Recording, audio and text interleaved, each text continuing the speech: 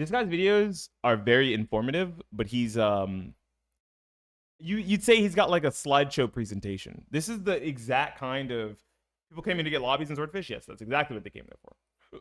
You can say this guy has like the slideshow presentation YouTube videos, but honestly, if I were to make any YouTube videos outside of just reacting to other people's or the random amounts of you know unscripted talk segment content that I've done before, where I'm just yapping about something that I find interesting or enjoy, or arcade stick parts and reviews, this is what I would do. Okay, this is so did CCG. I think I'm subscribed to him.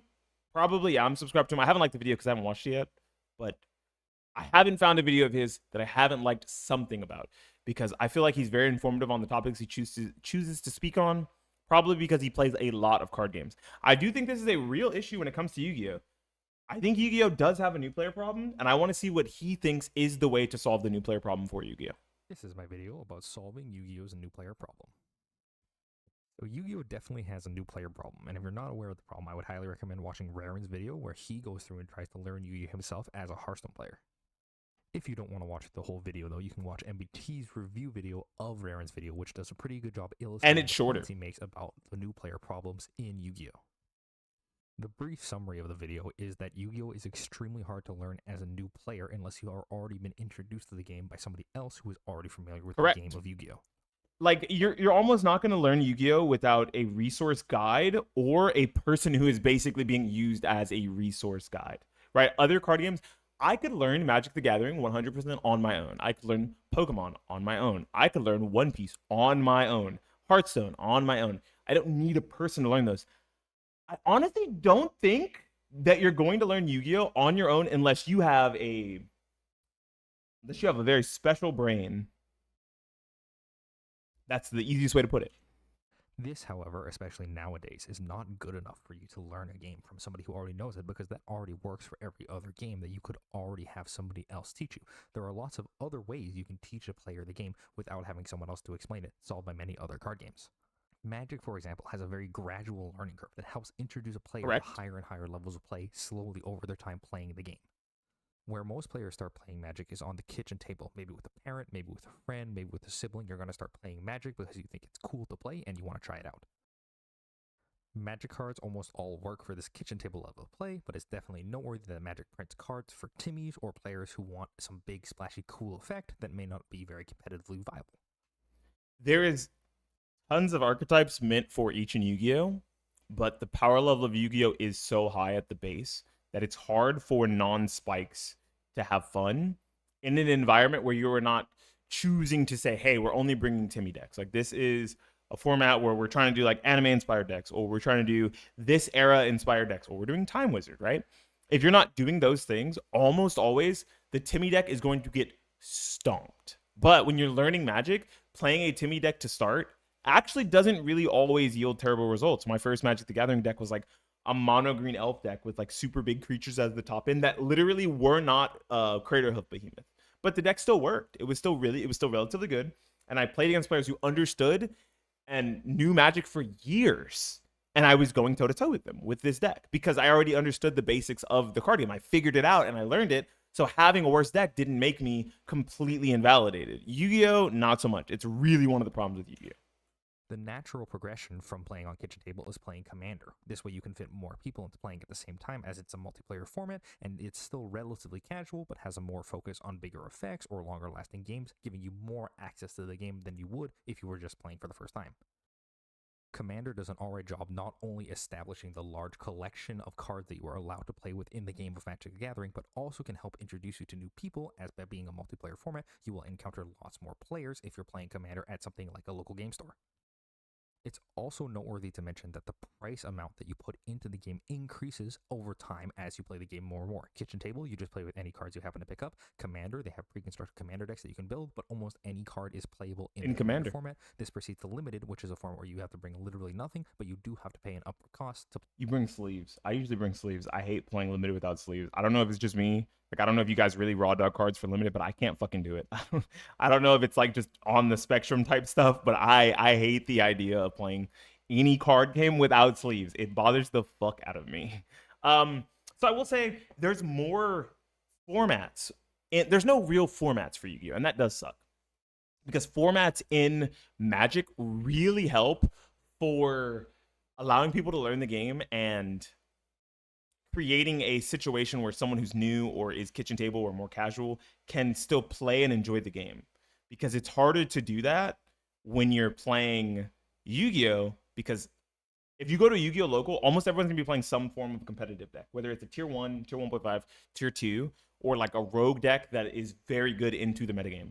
So if you show up with your like pile of fucking cards from 2012, you're going to get your ass beat. I have a format just for you, sleeveless. I'm gonna ban you. I'm gonna fucking ban you. Like, you show up with your pile of cards from like 2012, 2014, that's literally not named Shadal or Burning Abyss, you're probably gonna lose. There's nothing you can do about it because the game just isn't, the speed of the game and the amount of power creep in it feels so much worse than the other card games. Playing a limited event. A limited event allows players to play with many cards that would not normally see play in constructed formats, as they are a lot weaker, but it also gives you an understanding of what the new cards coming out from Wizards of the Coast are at that moment. Limited is also noteworthy for the Magic the Gathering pre-releases, which happen before a set is released, allowing players to get access to the new cards a little bit before they would otherwise play it online or in person in standard tournament events.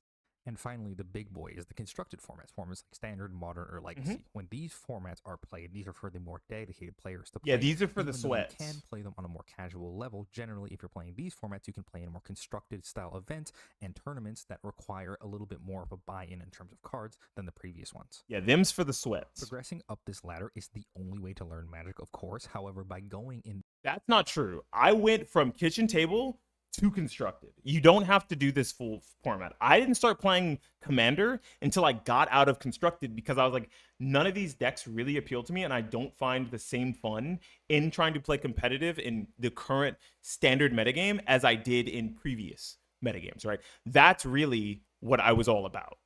But now, I'm like, oh, I'll just play casually. Anyone shows up and wants to play some Magic. Most people have a Commander deck on them.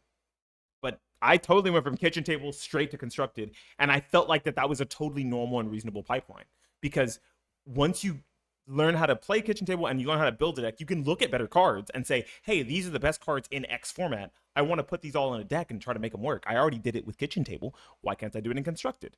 And if you started in constructed with a one color deck, you can start. If you started in kitchen table with a one color deck, you can do that in constructed. If you started with a 2-color deck, 3-color deck, you can do that same concept in constructed. You just have to figure out the mana base. You just have to figure out the fixing and the mana base. I already said mana base. The mana base and the fixing and the color representation of your deck. Represent color, right? That was the big thing for me, and I played a deck that happened to just basically have its own fixing. I played energy of every kind. I played Sultai energy, green-red energy, green-blue energy, and team energy. I played all 4 of the energy variants that existed. I even played 4-color for a little bit. I played all of the energy variants that existed in standard at the time in constructed, because it seemed like a really good deck. It had the fixing that I needed. It played all of the colors that I liked, because it could play basically any color outside of white, and the deck worked out for me. For a long time, I did extremely well at FNMs because I already understood the basics of the game, and I skipped those other 2 steps. So Magic is even easier to learn than he's making it out to be here, by the way. This sort of fashion, you have an easy way for players to slowly engage more and more with the community of Magic the Gathering and learn more and more about the cards that were printed and the cards that are going to see print in the future. It's also important to note that all of these are different valid stopping points if you really like to. If you don't ever want to play more the Commander, it is totally fine to continue engaging with Magic, only playing Commander, only playing Kitchen Table, only playing Limited. All of these being valid means that all your players have little communities that they can take a part of, but also progress from one to another as they please. But let's say you're not satisfied with having all these different little communities. You don't want to cut your player base amongst many different groups and would rather keep everyone centralized in one main card game. It's worth looking at Pokemon's approach, as Pokemon only has the one main format that every player plays as the standard format. One of the ways they keep it very accessible to new players is by printing very simple but powerful cards. Yes. Cards like Professor's Research and... Yeah, I think all of like the item and trainer and like supporter cards are like super ridiculous, but they usually have some restriction, right? Like you see here on Professor's Research, you can only play 1 supporter card per turn. Yo, thank you, Flutter Cleric, for the follow. You can only play 1 supporter card per turn. You can play any number of item cards. Right, but all of the item cards and like supporters are extremely powerful, and they're like staples in almost any deck, right? But what changes is like the base of your energy and Pokemon. So once you learn the basics of what trainers are good, what trainers slash support, what supporters and item cards are good, and especially good in your colors or your energy, then you just need to slot in the correct. What's the word I'm looking for? You just need to slot in the correct Pokemon for the type of deck you want to play. Super Rod are both very strong but have very basic abilities. Still have a stick on my lap. One sec. Having cards like this that seem really simple on the surface, discarding your hand to draw 7 cards, or shuffling 3 Pokemon or basic energy into your deck from your discard pile, they seem super basic and easy for new players to use. However, they show a lot of hidden depth when played at high levels. This level of easy to play and hard to master is really important when making your game very elegant and making it easy for new players to get into your game thinking it's relatively simple, but then only revealing the depth underneath once you play with a... The depth of Pokemon almost always is sequencing and understanding which Pokemon to attack. Right? And I do think that that is easy to play, but hard to master because one misplay could cost you prize cards that lose you the game. But getting into the game, because it's really easy on the front end, means that that hurdle doesn't feel as bad. You only start to notice it and deal with it once you decide that you want to take the game to the next level. Card a lot and realize that you can't play Professor's Research, discarding a key piece card from your hand, or need to save your Super Rod for when your Pokemon is knocked out to get a new chance at playing that Pokemon again. Yep. Only in Pokemon would you have a card like Lysandre's Trump card end up being banned, which seems like a totally rudimentary card. Shuffling your discard pile into your deck, including your opponent making it symmetrical, doesn't seem like a broken effect, but this card actually got banned in Pokemon due to its power level. Yeah, it's so good. By making your simple cards also overlap with your powerful cards, it leaves you a lot of room to introduce complexity into your game without overloading your players, especially your new players, with huge mechanics and lots of keywords. This helps Pokemon focus in on different Pokemon that may or may not be powerful enough. Pikachu in the games is completely horrible and sees basically no play. However, you can make a Pikachu that does tons of things in the card game because they have a ton of flexibility in terms of what mechanics they can put onto a Pikachu. And Pikachu's still usually pretty bad. That layer of depth underneath, the cards that don't look simple and are complicated but can be used in really interesting ways. What if you like the fast games in Yu-Gi-Oh! Want something that goes at a high pace, and you also want interactive gameplay, the immediately getting to use something the very first turn Let's go Yu-Gi-Oh! My recommendation to you would just be playing the Edison format. The Edison format features a lot of Yu-Gi-Oh!'s best elements without overloading the new player experience. It uses a lot of the basics from Yu-Gi-Oh! And doesn't overload the player with the amount that they need to learn. Blackwing Bow with the Spear is a card that special summons, however there aren't that many cards that special summon in Edison, so it isn't overwhelming when you present a new player with a card that special summons itself. Yep. It still features lots of staples from the anime, keeping it relevant, like cards like Mirror Force. It still features Synchro Summoning, with cards like Goyo Guardian dominating the format and being super powerful boss monsters that you can summon. Tell me why Goyo Guardian is a Synchro level 6 that is stronger than a Synchro level 8. People are like, yeah, I'm jamming Stardust Dragon any chance I get. And I'm like, nice Stardust Dragon. Unfortunately, Goyo Guardian, bitch. Right? Like, that is a 2800 attack, level 6 Synchro, in comparison to a 2500 attack, level 8 Synchro. Fuck me, man. And then I take their Stardust Dragon, and now I can negate destruction? Come on. Even features hand traps, which are yeah, it does have a few. But cards like DD Crow having a small enough effect that it's easy to understand when you want to use it against your opponent, make it a great card to play. Edison format still feels powerful. It still feels like you're making impactful plays from the very first turn of the game. It still feels like you have powerful monsters you can special summon out, and still has the hand traps that Yu-Gi-Oh! Is known for. However, I honestly think if you're going to go back and play a format for Yu-Gi-Oh! That you want to feel relatively modern, but you don't want to push the envelope too far. Like, you don't want to really feel the power creep. You play dual. I think we need to go back and play Duelist Alliance format. I don't know why everyone sleeps on that format. I think Duelist Alliance format or Necros format are the formats to go back and play. Like Duelist Alliance / the Secret Forces. That was such a good era of Yu-Gi-Oh! It was right when Yu-Gi-Oh! Was starting to speed up, starting to feel like maybe an overpushed, like an almost overpowered, a very pushed card game without pushing the envelope so far, without turning the dial up to 11 to the point where it is now. It doesn't overwhelm new players by having a lot of cards with tons of words on them, a lot of deck searching, and a lot of mechanics that can overwhelm new players. This way, Edison becomes a format that is great for new players to get into and can still be entertaining for veteran players alike. But so far, I've only talked about other ways that the games have fixed this, so let's actually get around to fixing Yu-Gi-Oh! Itself in its current state. In my mind, Yu-Gi-Oh! Has two main issues which are easily solved by Konami and would massively improve the new player experience if they were solved. Okay. And the Let's see what first of his these are solutions the are. massive branching one-card combos, present on cards like Snake Eye Ash. Oh, okay. Whoa, whoa, whoa, whoa, whoa, whoa, whoa, whoa, whoa, whoa, whoa, whoa, whoa. Hold on. I actually like one card combos in Yu-Gi-Oh. I don't like extremely powerful one card combos that do too much, but I do like the idea of one card combos because that means if you draw that card, you are allowed to play the game, and the rest of your hand can be interactions. Now, how powerful do I want this one card to be? Do I want one card to build an entire board of 4 negates?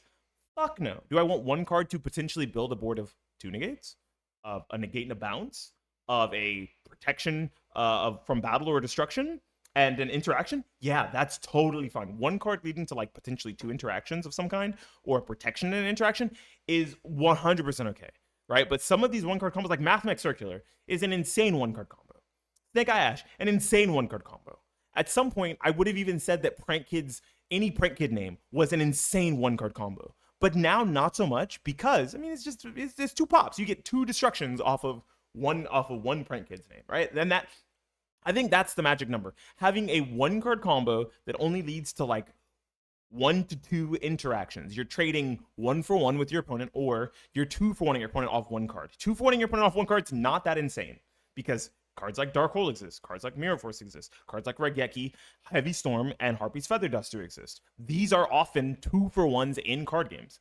I actually don't find them a problem. I think that if you push them too far, it becomes an issue, right? I think even like the Salamangreat one card combo, it's too many steps. But the amount of interruptions it leads to isn't that crazy. It's a board wipe. You get one board wipe, which can be like a 4 for 1, a 5 for 1 if your opponent commits too hard. You get one board wipe off one card. Ritual Beast full combo. You get 4 pops. I think it's 4 destructions off one card, or 1 destruction and a Protoss, which is fucked up, right? Which is, I guess, a floodgate. But that's that same interaction where it's 2 interactions potentially off one card. I don't hate that. Which can easily get you into a massive end board from a single card. Having generic search monsters like Snake Eye Ash get any level 1 fire monster from your entire... That's not a problem at all.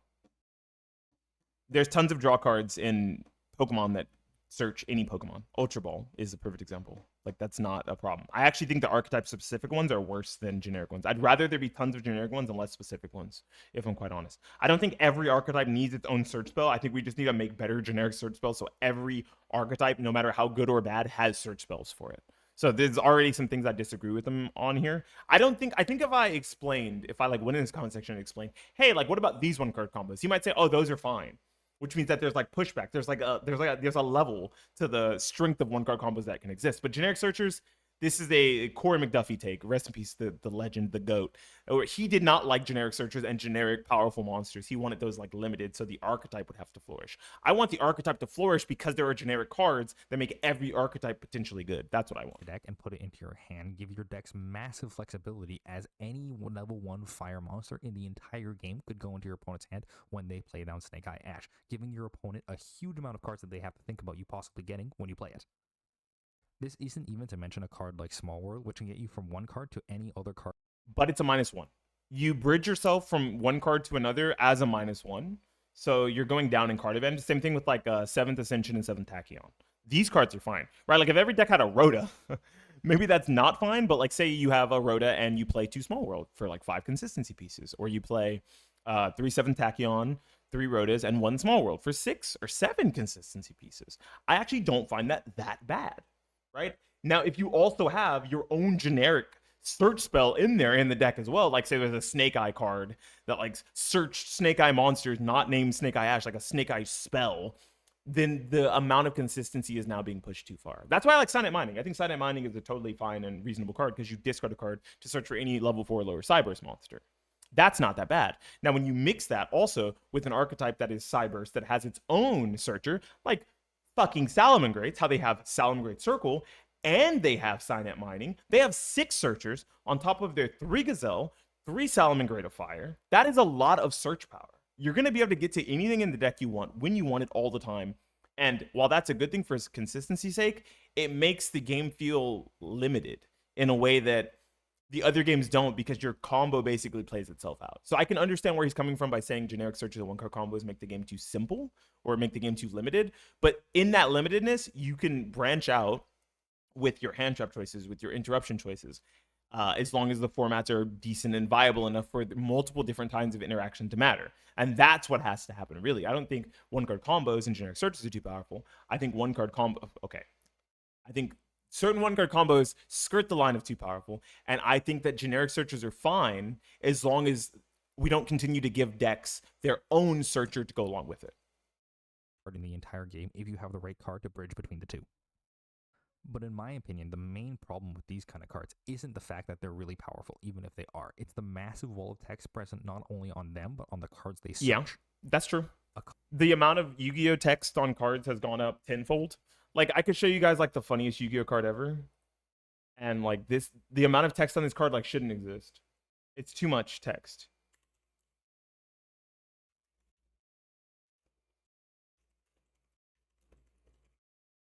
It's too much text.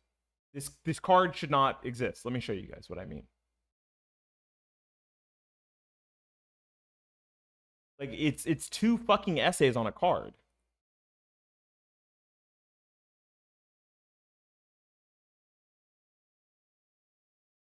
And it's one of my favorite cards in the game, by the way. It's two essays on a Yu-Gi-Oh card. This is Endymion, the Mighty Master of Magic. This is a level 7 pendulum monster with scales of 8 and 8, 2800 attack, 1800 defense. It's a dark spellcaster pendulum effect. Its pendulum effect, because it has two effects, is you can remove 6 spell counters from the field, special summon this card from your pendulum, then count the number of cards you control that can have a spell counter, destroy up to that many cards on the field, and if you do, place that many spell counters equal to the cards destroyed. You can only use this effect of Endymion, the Mighty Master of Magic, per turn. This special summons itself from, to explain it simply, this special summons itself from scale. If you have 6 spell counters from the field, you can remove, and then can destroy up to the number of cards you control that can hold spell counters. Then it has a monster effect once it hits the field, whether it hits the field from being pendulum summoned, tribute summoned, special summoned in some other way, or by its own effect. Once per turn, when a spell, trap, or effect is activated, quick effect, you can return one card you control with a spell counter on it to the hand. And if you do, negate the activation. And if you do that, destroy it. Yeah, thanks for saying negate and destroy, by the way. But you have to word it this way, because if it doesn't negate the activation, then it can't destroy the card. And if it negates it, yeah, like it has to negate it to destroy it. If it can't negate it, then it won't destroy it. So that's the only way you can word it, right? I guess. Then place the same number of spell counters on this card that the returned card had.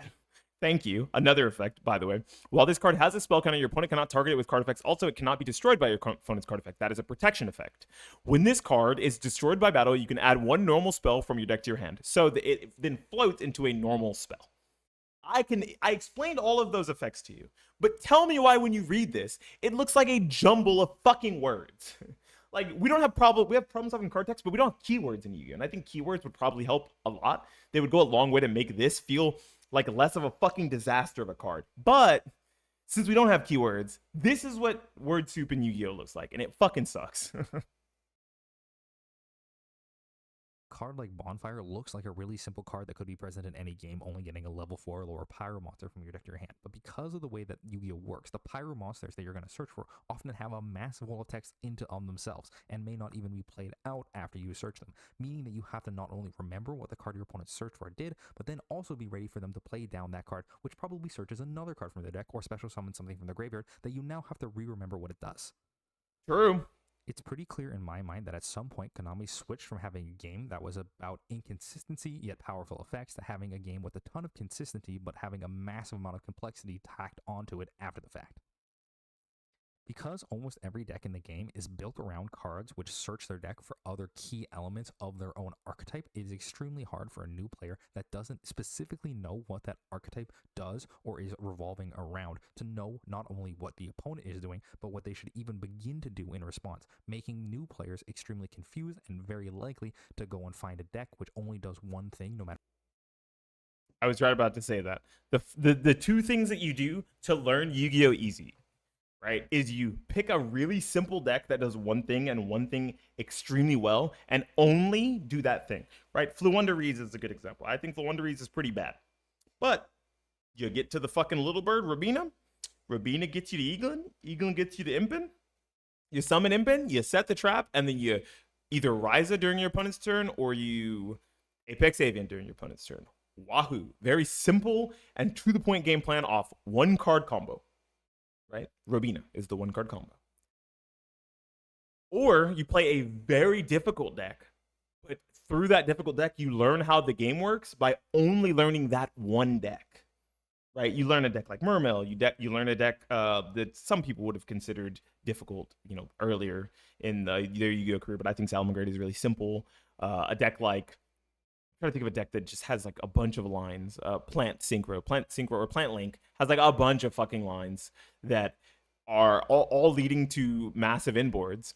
But as you're learning those routes and like where you can be counterplayed and how to play through counterplay, you get better at the game, but you really only get better at the game on your one deck. That's like, I think that's the biggest issue with Yu-Gi-Oh! Actually, is you don't learn the game, you learn the deck. And you just keep learning decks until like you kind of understand enough of what decks are trying to do that you're like, yeah, okay, I could probably figure out this new deck that's coming out. Or what the opponent does, which really diminishes the amount of gameplay they will actually see from Yu-Gi-Oh! And whilst I talk about the micro issue that's going on with Yu-Gi-Oh!, I haven't gotten into the macro issue, which I believe is the second big problem that could easily be solved by Konami. And that's that there's no simple on-ramp to actually get you into the game of Yu-Gi-Oh! There Outside isn't. of somebody Nope. showing you, which, as I said before, is a way that works for literally every game on the planet, so it shouldn't really be the default for Yu-Gi-Oh!, there is no easy way to get into a game like Master Duel. They have the tutorial in Master Duel, which does show you the basics, what normal summoning is, what a spell card does, how a trap card works, how to synchro summon, how to XYZ summon, etc. But even with the astounding Alistair, Invoke. This is another one of those really simple decks that I would tell someone to play. Like, hey, do you just want to get to Alistair the Invoker and then make a Makaba or make a Raijin, right? Almost always first turn, right? So you would like 3 Alistair, 1 Terraforming, 3 Magical Meltdown. So that's like 7 copies of Alistair right there. Like I have 7 copies of Alistair in my deck. I want to see one of the 7 copies of Alistair, normal summon the Alistair. Alistair gets me the invocation, and then I just go through the one card combo line, which I think you make like Secure Gardener or the Magistus link one, so that you have a light monster and you just make your Makaba. That is literally like that's one of the problems with new school Yu-Gi-Oh, I guess. But I guess like when you think about it, the amount of staples that existed in older Yu-Gi-Oh formats made it so that the staples were really what was powerful, and the decks didn't do that much, right? Outside of like Black Wings and maybe Gladiator Beast, and I'm trying to think of like other really, really powerful Yu-Gi-Oh decks. Yeah, there wasn't not because for a long time, it was things like Chaos was really good, or Earth Beatdown, Earth Toolbox was really good. It wasn't like you had an archetype. This game is very archetype focused now, and that is very different from the other card games. I guess when you think about Pokemon, maybe Pokemon is kind of archetype specific because it's like you're building around a certain Pokemon and you need all of its. You need its base stage, its stage 2, its stage 3, and maybe it's like Mega or EX, GX, whatever. But other than that, there's no other card game that's really built in these archetypes so profoundly. Because you think about something like Magic the Gathering, you're like, oh, I'm making a werewolf deck. But guess what? There's tons of non-werewolf cards that will fit in your green-red werewolf deck because they're just really good stuff, green or red cards that you can throw in. And they maybe they won't fit the theme too well. Like now they're not going to get the +1/+1, or they're not going to get the trample, or they won't not flip back over because day became night or night became day. But they're powerful and they're probably staples in the format, so they're worth putting in your deck. Like, yeah, you just put the fucking Elder Gargaroth in the bag, bro. Like, don't think about it. If you're playing a green mid-range deck, even though it's supposed to be werewolves, put the fucking Elder Gargaroth in the bag. Like, just do it. That's not really something you do in Yu-Gi-Oh very frequently anymore. in Master Duel, it still really just goes over the basics of how to play Yu-Gi-Oh on the fundamental level.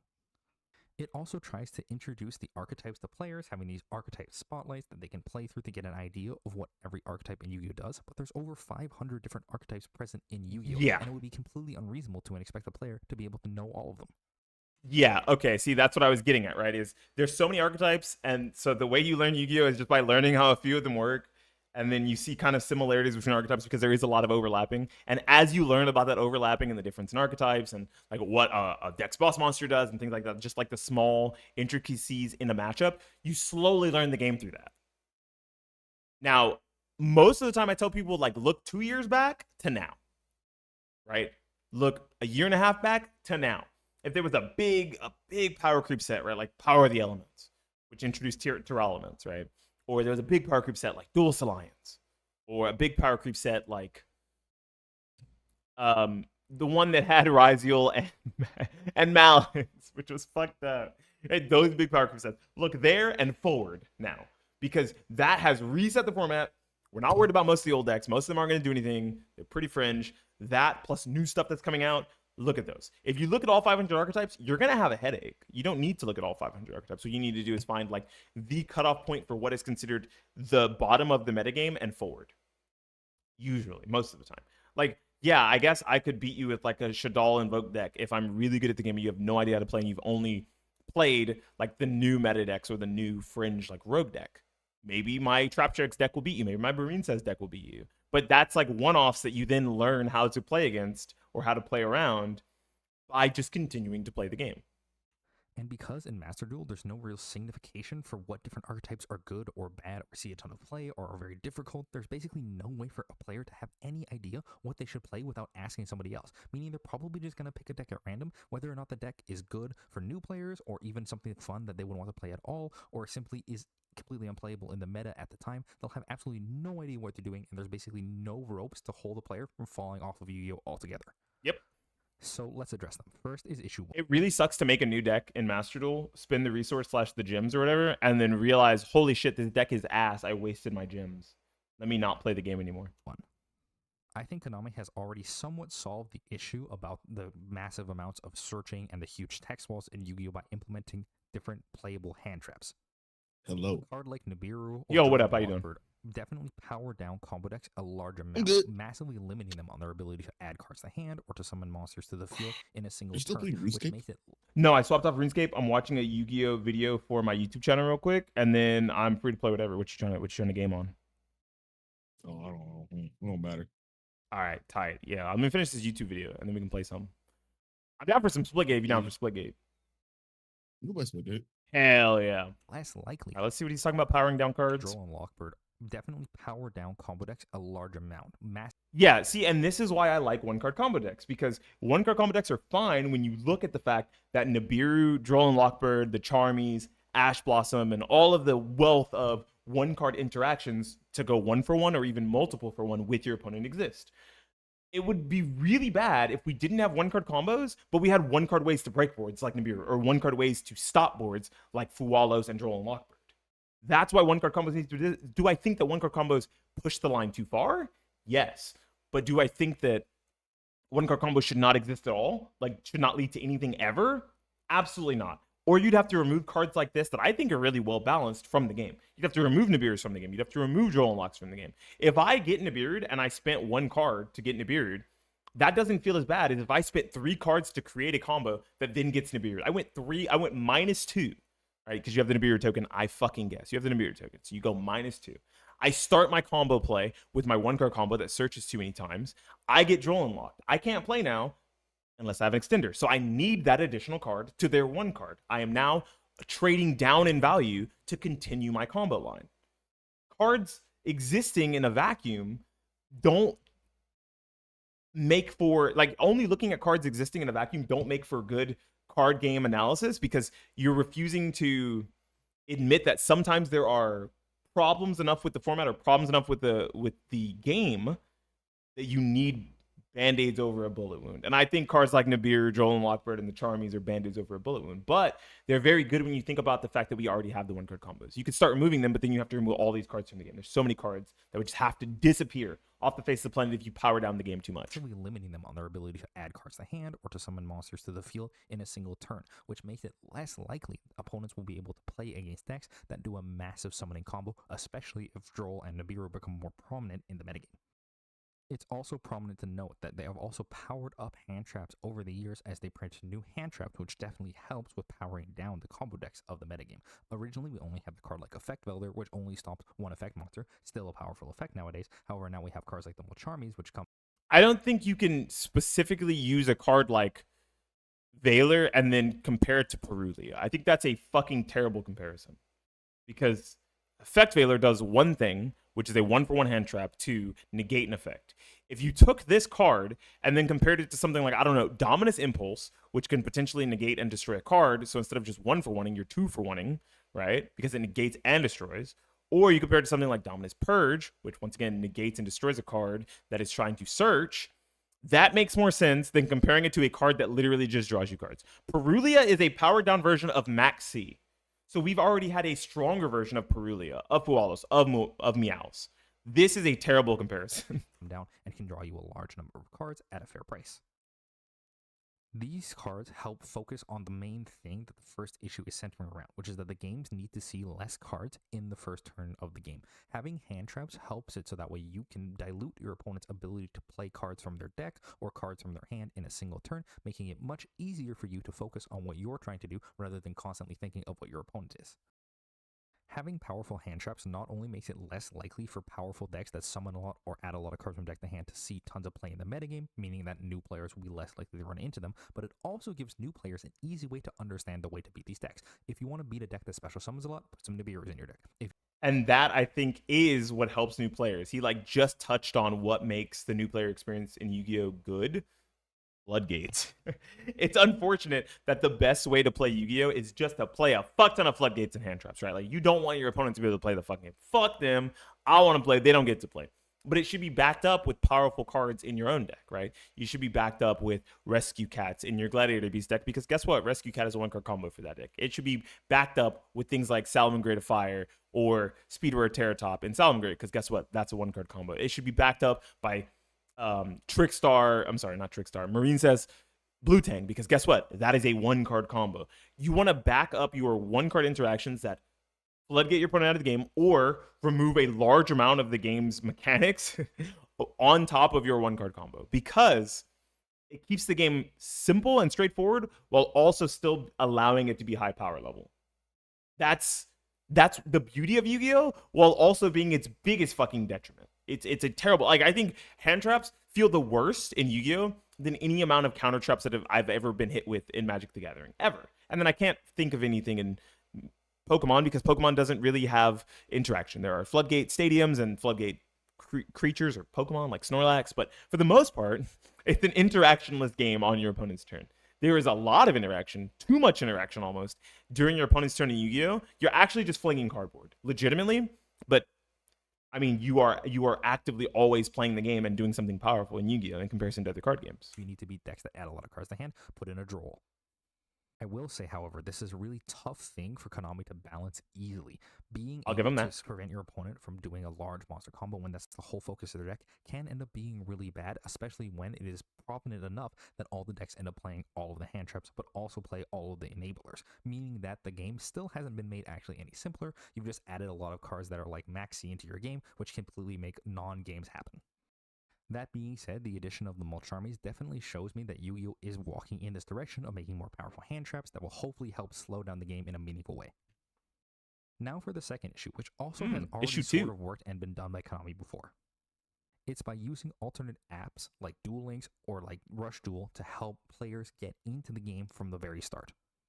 I do not think learning Rush Duel is how you learn how to play Yu-Gi-Oh! I do not think learning Duel Links is how you learn how to play Yu-Gi-Oh! Because Duel Links has skills and Rush Duel has like crazy draw effects and crazy draw power that don't exist in the traditional game of Yu-Gi-Oh! They are alternate formats while still having similarities to the original. I actually don't find them that comparable as someone who's played all three. I think Duel Links is closer, but Duel Links has crazy fucking character skills that make zero sense in the actual card game and would completely break it. The same thing with speed duels in real life. Like they feel like what's the word I'm looking for here? They feel like adjacent games using similar mechanics. It feels like you're trying to play house rules of a game that already exists, right? You're playing Street Fighter but with no fucking fireballs. You're not playing Street Fighter anymore. You're playing Karate Champ. Games work a lot better as on-ramps to new players than Master Duel itself, even though Master Duel is the main way to play Yu-Gi-Oh! These games both do something really smart by having a completely different metagame from Yu-Gi-Oh! Altogether. And they also feature a lot of similar cards present from Yu-Gi-Oh!'s anime and the Yu-Gi-Oh! Game itself. By doing this, these games can both straddle the line between being a main Yu-Gi-Oh! Element, but also being something different that is friendly to new players. That way you don't have to upset the entire ecosystem of Yu-Gi-Oh! Itself, but can still introduce new players to the game in a meaningful way. By still featuring a similar way of playing the game of Yu-Gi-Oh! That players are familiar with from when they played back in the school ground days, it makes it easier for new players to get into the game as it looks familiar to what they are used to. However, these games still implement higher combo enablers and new mechanics to make it a little more complex, so that way players will have something more to engage with in the main game of Yu-Gi-Oh! I guess that is a good way to look at it. But I think that it also might teach bad habits. Right? Like it's like if you play Street Fighter without fireballs, you never have to jump to fireballs. People never jump your fireballs, which means you never really need to learn why to Shoryuken or how to Shoryuken. You never need to learn how to anti-air. Because most people are just going to be walking back and forth with their good ground buttons and will only be using jump as a way to skip the neutral game of good ground buttons. I'm relating this to fighting games. If you use these alternative formats, you'll never really deal with some of the powerful hand traps that exist. So you won't know the counterplay for playing around them. This happens to a lot of Master Duel players. Is they play Duel Links, which doesn't really have too many hand traps. I think it has like Kite Ward and a couple others. Or they played Rush Duel, and then they tried to play Master Duel, and their combo that they're used to being able to do basically with impunity, and their opponent only playing on their turn or during their opponent's turn if they have like traps out and stuff like that, or quick play spell set. That interaction that no longer exists, that doesn't really exist too much in Duel Links and doesn't exist basically at all in Rush Duel, make it so that when you get hand trapped and you haven't learned the route how to play around it. So a lot of times people will get hand trapped once in Master Duel and literally scoop. They'll have a handful of cards. They'll play their first card. It's like their 1-card combo. They only know the basic 1-card combo. They have extenders in their fucking hand, I swear to you. And they'll just scoop. They'll get ashed on it. They'll get impermanenced. And the game for them is over. They're like, bros, it's over. My Salomon Great Gazelle got stopped even though I had Spinny in my hand. I'm so dead. GG's. Like, what? Okay. Yeah, I had Spinny and I had Salomon Great, a fire in hand. I'm so dead. It's over, bros. It's Jover. Like, seeing something like Yu-Gi-Oh! Legacy of the Duelist really gives me hope that there are people who still want to play Yu-Gi-Oh! Remember watching the anime of the kid and would love to get into the game if only there was some sort of bridge that would take them from I think that's a game good like bridge. Legacy of the Duelist to the actual game of Master Duel. This is the ideal product in my mind to get a new player I into agree. the game. A different version of Yu-Gi-Oh! That is much more simplified and easy for players who are very, very fond of the old Yu-Gi-Oh! Anime to get into, but still have that bridge over to the real game or to Master Duel in some way. The one thing all of these titles are really missing out of, in my opinion, is some bridge to Master Duel or the real game altogether. Some way where it goes from playing the regular game of Duel Links to an easy crossover into playing the actual game of Yu-Gi-Oh! In paper or playing the game on Master Duel. Having your collection carry over, having you get some sort of currency in Duel Links. That is also good, but I don't think that like really solves the new player problem, because you can be new to Master Duel and quit Master Duel before you ever make it to paper, or you can be new to paper and quit the game before you ever really invest in a lot of cardboard. But I do like the idea that, hey, if you play enough paper, we give you, if you play paper, we give you Master Duel packs to open, right? We give you a little code in each pack, and it leads to a certain number of gems or packs that you can use for Master Duel. The same way, kind of, I think Pokemon does that.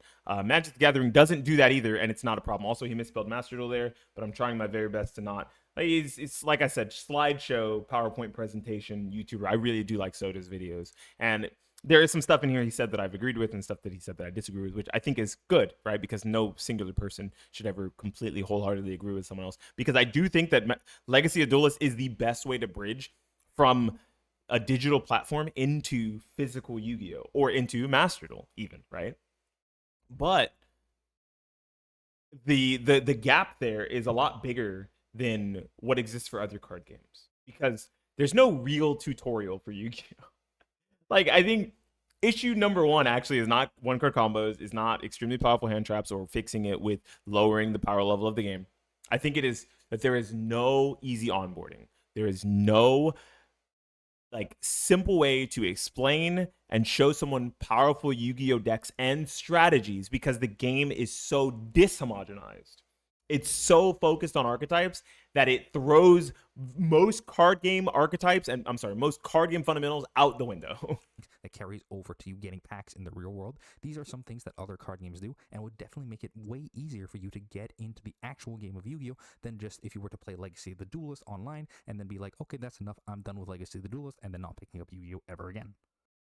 I think it's worth noting that doing these things won't solve everything for Yu-Gi-Oh! The new player experience is incredibly nuanced and takes a lot of work to put Yeah. in to get new players into I the agree. game. And doing these things will not simply solve every new player problem. There's many other things that you could do to help the game that will help Ooh, let's see solve what he says new here. player issues other than the ones I've listed here. That being said, it's clear, at least in my mind, Oh, that okay. Konami is I thought he trying was to going to take name a steps few in the more. right direction to make the new player experience better. For example, taking cards like Maxi, which are present in Master Duel, and replacing them with the Mulcharmies, which are pretty clearly styled after a card like Maxi but more balanced, really show that Konami has in mind what they want to do with hand traps without overpowering the game altogether. It may seem like Konami oftentimes has it out for the game as it's been around so long and still has this new player experience, and even when they do blunder by ruining the Time Wizard rules for some reason, They already rolling it fixed back a that. few They're days not. They later rolled after it back. everyone freaks out on Yeah. Twitter. It's important to remember that it's clear that they do want to improve the game and make it better for. I will say, I think that the Charmies are way better or way more fairly designed than Maxi. Having a full board means you can't fucking Charmy. You used to be able to make a full Infernity board and then go standby phase, Maxi. Like, come on, dog. Like, what kind of shit was that? Not only new players, but old players alike. So I do think that when you voice your opinion, it is really important to give it to Konami, tell them what we want, and tell them what they can help to do to make new people come into the game.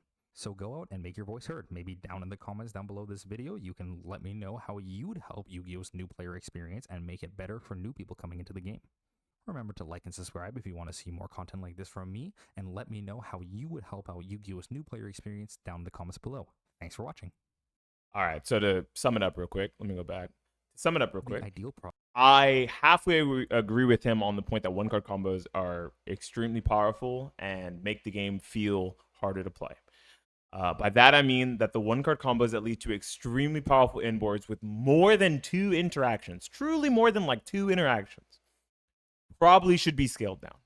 Because a 2-for-1 on card economy is really not that uncommon in card games. So that's okay. If everything you do leads to 2 interactions at the end of the day, I don't care if the combo probably shouldn't take fucking 4 minutes, 5 minutes. Sometimes it does, and I think that's a problem in Yu-Gi-Oh! Like just the combo routing taking too long and there being a bunch of choke points and having to know how to play through those choke points, whatever.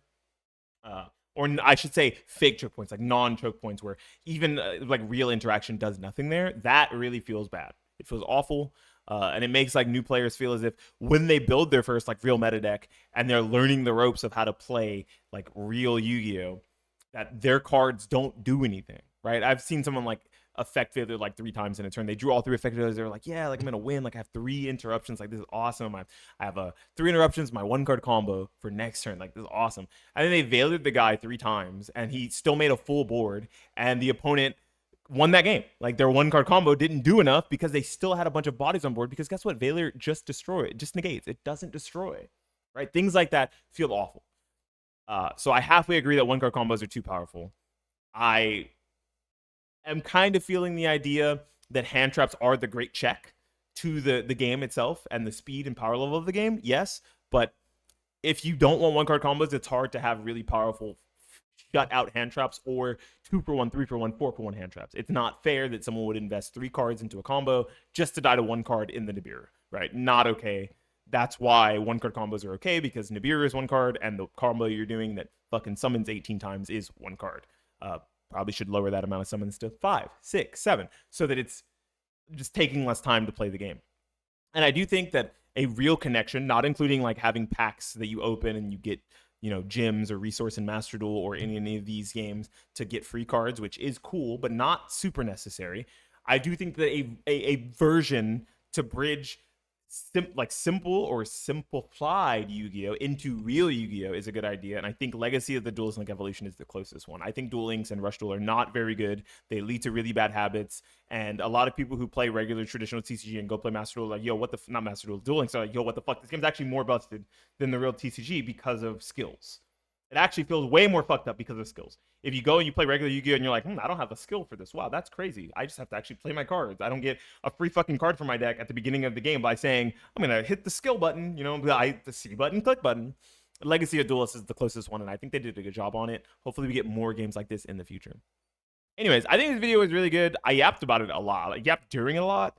But that's just what I do. I think you guys should also go like watch this video for yourselves and give it a like and subscribe to Soda TCG if you're a big fan of card games, because he talks about a lot of card game stuff, not just Yu-Gi-Oh. He talks about Pokemon, he talks about Magic, he talks about theory of multiple card games all put together, just like in this video. The section we took the longest amount of time on, of course, was Yu-Gi-Oh, because that is my main card game, but I had a little bit to say about the other two card games as well. Anyways, thank you guys for watching the video. I appreciate the hell you guys. You guys have a wonderful rest of your... This isn't a stream. Y'all take care.